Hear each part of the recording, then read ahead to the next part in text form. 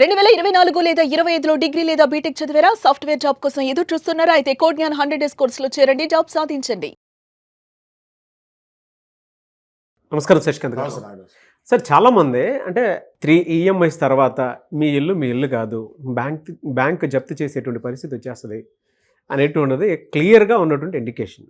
కానీ యువతలో ఉన్నటువంటి వాళ్ళకి ఏమవుతుందనంటే అన్నిసార్లు వాళ్ళు ఎగ్గొట్టాలని ఏమనుకోరు సార్. పరిస్థితుల ప్రభావం. ఇప్పుడు ఇంట్లో ఎవరైనా పెద్ద ఉన్నారనుకోండి, ఫర్ ఎగ్జాంపుల్ అతనికి హెల్త్ బాగాలేకను లేదంటే ఇంకో కారణాల వల్ల ఈఎంఐలు కట్టలేనటువంటి పరిస్థితి అయిపోతుంది. తీరా బ్యాంక్ వాళ్ళకి అది అర్థం కాక లేదంటే జప్తు చేయటము, ఆక్షన్కి పెట్టేయటం చేస్తూ ఉంటారు. అలాంటప్పుడు అసలు ఏం చేయాలి? అంటే మనం కట్టుకున్న ఇల్లు ఇంకో మంది కాకుండా పోతుంది అని అంటే సగం అక్కడే గుండె అయిపోద్ది మనకి. అలాంటి పరిస్థితుల్లో చట్టాలు మనకి ఏ విధంగా ఉపయోగపడతాయి సార్ అసలు?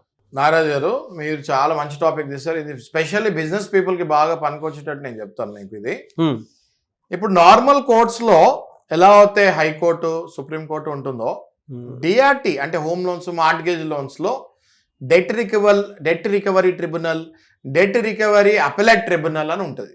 అపెలెట్ అంటే ఎప్పుడైనా అపెలెట్ మీనింగ్ ఏంటంటే హైయెస్ట్ కోర్ట్, అపీల్కి వెళ్ళే కోర్టు. ఓకే, అలా డిఆర్టీలో ఏముంటుంది అంటే ఇక్కడ లోకల్గా మనం హైదరాబాద్లో వేసుకోవాలనుకోండి, లేకపోతే ఆంధ్రాలో వేసుకోవాలంటే వైజాగ్లో ఉంటుంది. హైదరాబాద్లో వేసుకోవాలి తెలంగాణ అనుకుంటే ఇక్కడ హైదరాబాద్లో ఉంటుంది. రైట్, దాన్ని ఏమంటారు? డిఆర్టీ అంటారు. డిఆర్టీ 1, డిఆర్టీ 2, డిఆర్టీ 3 అలా ఉంటాయి. ఓకే, ఇవన్నీ ఏంటి అంటే లోకల్గా హైదరాబాద్ వరకు, తెలంగాణ వరకు హైదరాబాద్లో ఉంటుంది, ఆంధ్ర వరకు వైజాగ్లో ఉంటుంది. అదే తెలంగాణ నుంచి మీరు హైకోర్టు నుంచి వెళ్ళాలంటే సుప్రీంకోర్టుకి వెళ్ళాలి. డిఆర్టీ కోర్టు నుంచి వెళ్ళాలంటే కలకత్తాకి వెళ్ళాలి. కలకత్తాలో డిఆర్80 ఉంటుంది. సుప్రీంకోర్టు మనందరికీ తెలుసు ఢిల్లీలో ఉంటుంది. రైట్, సో డిఆర్80 అన్న కోర్టు కలకత్తాలో ఉంటుంది. చాలామందికి బిజినెస్ పీపుల్కి నేను ఇవాళ ఒక మంచి సలహా ఇవ్వబోతున్నాను, లీగల్ సలహా ఇవ్వబోతున్నాను. ఓకే, అదేంటి అంటే ఒక ఎగ్జాంపుల్ తోటి నేను మీకు ఇస్తాను. ఓకే, ఒక చాలా పెద్ద కేసు తీసుకుందాం. ఓకే, ఒక 4 కోట్ల నుంచి 5 కోట్లు ఉన్న ఆస్తి. ఓకే, ఒక బ్యాంక్లో అప్పు తీసుకున్నాడు ఒక వ్యాపారవేత్త. రైట్, దానికి నెలకి ఒక 7 నుంచి 8 లక్షలు లోన్ కడుతూ పోయాడు. కోవిడ్ లాంటివో, కరోనా లాంటివో, లేకపోతే వార్లు వస్తున్నాయి. ఇప్పుడు ట్రంప్ ఎప్పుడు వార్ ఎవరికి పెడతాడో తెలీదు. రైట్, సో వార్లు వస్తున్నాయి, లేదా రిసెషన్ రావచ్చు. దేనివల్ల అయినా కూడా ఆయన కట్టే 7 నుంచి 8 లక్షలు ఈఎంఐ ఆయన అవలీలగా కట్టే మనిషి. కానీ ఇలాంటి రిసెషన్లు, ఇలాంటి సందర్భాలు వస్తాం వల్ల ఆయన 7,000 కూడా కట్టలేని పరిస్థితికి జారిపోయాడు అనుకుందాం. ఉదాహరణకి జారిపోయాడు అనుకుందాం మనం. ఓకే, ఆయన ఏం చేయాలి, వాట్ ఈ షుడ్ డూ అనేది మనం ఆలోచిస్తే వెంటనే ఏమవుతుంది అంటే, ఒకవేళ ఏదైనా పెద్ద స్థలం ఆయన మార్ట్గేజ్ పెట్టి ఆ అమౌంట్ తీసుకుంటే, ఆయన కనుక 3 ఈఎంఐలు కట్టకపోతే సేమ్ ఏమవుద్ది, ఆయనకు మళ్ళీ డిమాండ్ నోటీస్. మనం రోజు మాట్లాడుకుంటున్నాం నాగరాజ్ గారు, 13(2) సెక్షన్ గురించి చెప్తూనే ఉన్నాం మనం. రైట్, 13(2) ఏమంటది? డిమాండ్ నోటీస్ పంపిస్తుంది. 60 రోజుల్లో మీరు కనుక మాకు అమౌంట్స్ కట్టకపోతే మీది ఆక్షన్కి వెళ్ళిపోతాము, ఎన్పిఏ కింద డిక్లేర్ చేస్తున్నాం మిమ్మల్ని అని చెప్తాం జరుగుతుంది.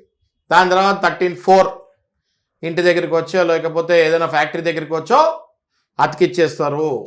అతికిచ్చేసి ఫిజికల్గా పొజిషన్ తీసుకోకపోయినా సింబాలిక్గా మేము తీసేసుకున్నట్టే మీ ఇంటిని లేదా మీ ఫ్యాక్టరీని అని అక్కడ అతికిస్తారు.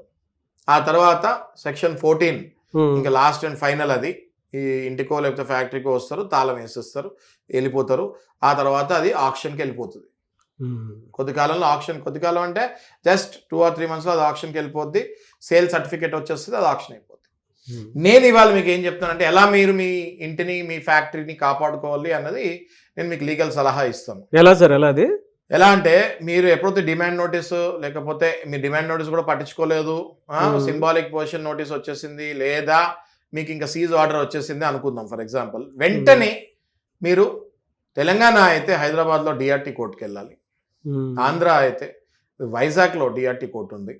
ఓకే, అక్కడికి వెళ్ళాలి. వెళ్ళి వెంటనే స్టే ఆర్డర్, ప్రాపర్ రీజన్స్ చెప్తే స్టే వస్తుంది. నాగరాజ్ గారు, నేను కట్టలేకపోయాను, ఏవో పిచ్చి రీజన్స్ పెడితే స్టే రాదు. ప్రాపర్ రీజన్స్, ఎందుకు కట్టలేకపోయారు నిజంగా. ఉదాహరణకి ఒక డైరీ ఫామ్ తీసుకుందాం ఎగ్జాంపుల్. ఓకే, ఇటీవల నా దగ్గరికి వచ్చిన కేసు చెప్తాను మీకు. ఉదాహరణకి డైరీ ఫామ్ తీసుకుందాం. డైరీ ఫామ్లో అకస్మాత్తు ఏదో ప్రకృతి వైపరీత్యాల వల్ల ఆయన దగ్గర ఉన్న కొన్ని గేదెలు, ఆవులు చనిపోతాం జరిగింది. ఓకే, మా కుప్పకూలింది డైరీ ఫాము, యాక్సిడెంటల్గా కొన్ని ఆవులు, గేదెలు చనిపోతాం జరిగింది. సడన్గా ఆయన డైరీ బిజినెస్ రోజు ఎన్నో వేల లీటర్లు వచ్చేవి, అవి ఆగిపోయింది. అవి ఆగిపోయేసరికి ఏమవుతుంది నాగరాజ్ గారు, పాలు రావు, వాళ్ళు ఏదైతే డైరీ కంపెనీస్కి ఏదో పెద్ద పెద్ద కంపెనీస్కి ఏదైతే ఇస్తున్నారో ఇవాళ రేపు అది అయిపోతాం వల్ల వాళ్ళకి వచ్చే డబ్బులు అయిపోతాయి, వెంటనే వాళ్ళకి వచ్చే డబ్బులు అయిపోతాయి. ప్రకృతి అది nature's disaster, by the virtue of God, అది నేచర్స్ డిజాస్టర్. కాబట్టి మనము పిటిషన్లో కరెక్ట్గా పొందుపరచాలి. గత ఎన్నేళ్లుగా మనం కరెక్ట్గా కడుతున్నాము, ఇప్పుడు ఎందుకు ఈ 3 నెలల నుంచి కట్టలేకపోయాము, మనం మళ్ళీ ఎలా కట్టగలుగుతాము, మన ప్లానింగ్ ఏంటి అన్నది కరెక్ట్గా చెప్పి పిటిషన్ వేస్తే కనుక 99.9% మనకి స్టే ఆర్డర్ వచ్చే అవకాశం ఉంటుంది. మీకు జరిగింది కూడా మీరు కరెక్ట్గా చెప్పుకోకుండా నేను కట్టలేదు, నేను ఫ్యూచర్లో కడతాను అంటే ఏం రీజన్ చెప్పకుండా చేస్తే ఎవరు ఇయరు కదా. అవును, రైట్, ఇట్స్ సింపుల్ అండి. Law is nothing but common sense. As per me, my opinion, law is nothing but it's a common sense. Common sense use చేసి జరిగిన నిజాలు కరెక్ట్గా మీరు చెప్పగలిగితే కోర్టు తప్పకుండా, కోర్టు ఉన్నదే కామన్ మ్యాన్కి సహాయం చేస్తానికి. కోర్ట్స్ బ్రిటిష్ కాలం నుంచి ఎస్టాబ్లిష్ అయినాయి దేనికి, to support the common man by creating a law in the rule. Okay, so ఏమవుతుంది, స్టే వస్తుంది. ఒకవేళ అది 5 కోట్లు వాల్యూ, మీరు స్టే వచ్చిన తర్వాత సహజంగా డిఆర్టీ కోర్ట్స్ ఏమంటాయి, కొంచెం అమౌంట్ కట్టమంటది, 15% 20% కట్టండి, తర్వాత మొత్తం కట్టేసేయండి, లేదా బ్యాంకర్కి ఒకవేళ ఓకే అనుకుంటే కూర్చోండి, 1 టైం సెటిల్మెంట్ చేసుకుంటా అంటే చేసుకోండి అని కోర్టు కూడా అంటది. ఈ వ్యక్తి ఒకవేళ 1 టైం సెటిల్మెంటు చేసుకోలేడు, అనుకున్నది అనుకున్నట్టు కూడా పోలేకపోతుంది, ఏడాది అయిపోయింది, ఆ ఏడాదిలో కోర్టు ఆర్డర్ ప్రకారం కొద్దిగా డబ్బులు కట్టుంటాడు, 1 ఇయర్ దాటిపోయింది. ఇది కట్టిన తర్వాత కూడా ఎప్పుడైతే 1 ఇయర్ టైం దాటిపోద్దు, 1 ఇయర్ 8 months ఏదో ఒకటి కోర్టు ఆర్డర్ ప్రకారం నేను చెప్తున్నా అండి, ఆ టైం దాటిపోయింది అనుకోండి, ఎక్స్టెన్షన్ పిటిషన్ వేసుకోవాలి. ఎక్స్టెన్షన్ పిటిషన్ వేసుకొని ఇంకొంచెం టైం కావాలి అని కోర్టు వారిని వినిపించుకుంటే ఎక్స్టెన్షన్ కూడా వస్తుంది, రీజన్స్ కరెక్ట్గా ఉంటాయి. ఎక్స్టెన్షన్ వచ్చిన తర్వాత కూడా మీ దురదృష్టానికి, మీ దౌర్భాగ్యానికి మీరు కనుక కట్టలేకపోతే అక్కడితోటి మీరు నిరుత్సాహపడకుండా డెట్ రికవరీ అప్పలెట్ ట్రిబ్యునల్ అని కలకత్తాలో ఒక కోర్టు ఉంటుంది, అక్కడికి వెళ్ళాలి. అక్కడికి వెళ్తే ఇంతకుముందు 50% of your out standing deposit అడిగేది నాగరాజ్ గారు, ఈ మధ్య 20 to 25% డిపాజిట్ తీసుకొని మళ్ళీ మీ కోర్టు అక్కడ మళ్ళీ మీరు స్టేకి వెళ్ళొచ్చు. అక్కడికి స్టేకి వెళ్తే మీకు అక్కడ మళ్ళీ ఏవో చిన్న చిన్న రూల్స్ ఉంటాయి, దాన్ని బట్టి చిన్న చిన్న అమౌంట్స్ కట్టి కంప్లై చేసుకుంటూ మీరు అక్కడ సాగదీస్తూ, మీరు కనుక ఆ లోపు మీరు డబ్బులు అరేంజ్ చేసుకున్నా, లేదా ఇంకా నా వల్ల కాదు అనుకోని ఈ ప్రాపర్టీ మార్కెట్ వాల్యూకి మీరు ఎవరైనా పార్టీని తీసుకొచ్చుకోగలిగినా మీరు బయటపడినట్టే.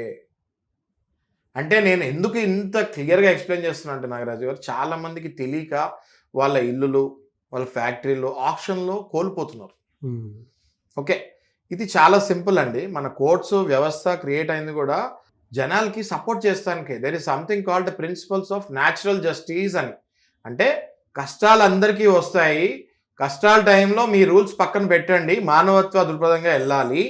కాబట్టి మేము కోర్ట్స్ అన్నా కొంచెం కామన్ మ్యాన్కి సపోర్ట్ చేస్తుంది. బ్యాంకులు అన్నది ఇన్స్టిట్యూషన్స్, మీకు ఇక్కడ కాకపోతే ఈ కేసులో కాకపోతే వేరే కేసులో కవర్ అవుతుంది.